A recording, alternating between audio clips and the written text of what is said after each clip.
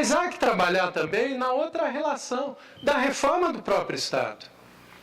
Nós temos que cortar os cargos de livre nomeação. Cortar em 50% ou 80% a quantidade de cargos. Eu fui tentar levantar quantos eram os cargos no Estado de São Paulo. Os dados são absolutamente contraditórios. Então, por isso que eu não apresentei aqui, não coloco hoje aqui a quantidade desses dados. São camuflados. Há todo um processo de cupinzação do Estado a partir da ocupação desses cargos públicos. Então, nós temos que reduzir os cargos de livre nomeação entre 50% a 80%, como medida, para que eles sejam, esses cargos de gestão interna do Estado, sejam de carreira, e estabelecer uma outra política. Eu até escrevi um artigo sobre isso, está no site da Rede Sustentabilidade. Nos Estados Unidos, existe um mecanismo que eles chamam de o livro. Todo cargo público, ele vem acompanhado de um quadro de critérios e requisitos para ocupar esse cargo público, até para ministro de Estado, que lá é secretário de Estado. Nós devemos fazer isso aqui, em nível nacional, como proposta para o programa para o Eduardo e para a Marina, e em nível do Estado. Todo cargo público, do mais simples ao de secretário de Estado. Quais são as condições? Pode até, dentro daquela cota de nomeação, de livre nomeação, ser livre nomeação, mas desde que o ocupante daquele cargo preencha aqueles requisitos. E definidos previamente, num livro mesmo. Você criou o cargo e define os requisitos para ocupar esse cargo. Estabelecer teto nas licitações públicas. O Estado é que tem que definir o valor máximo que ele vai pagar.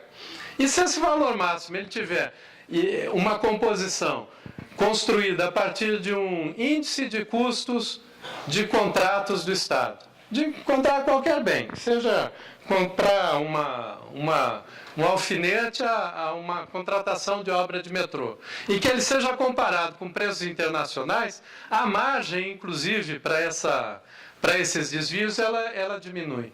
Diminui não pela virtude individualizada do gestor público, mas diminui pela regra.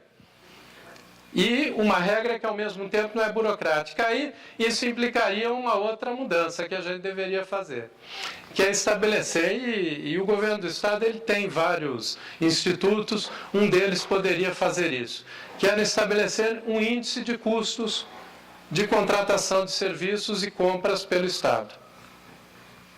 Você publica isso, uma licitação que fugir desse índice de custo, aí a gente vai observar de uma outra forma. E isso podia valer, inclusive, para o Estado. O subgovernador. O que é o subgovernador? Eu mesmo, eu tive um tempo aí, uns 10, 12 anos atrás, eu tive um tempo em Chiapas. Por que lá em Chiapas, os zapatistas, eles se colocam como subcomandante?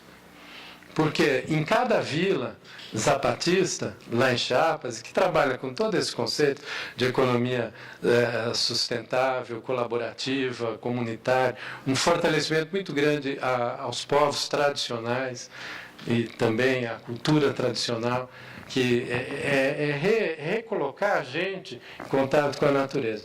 Eles são Eu gostaria, se eu for governador, de ser um subgovernador.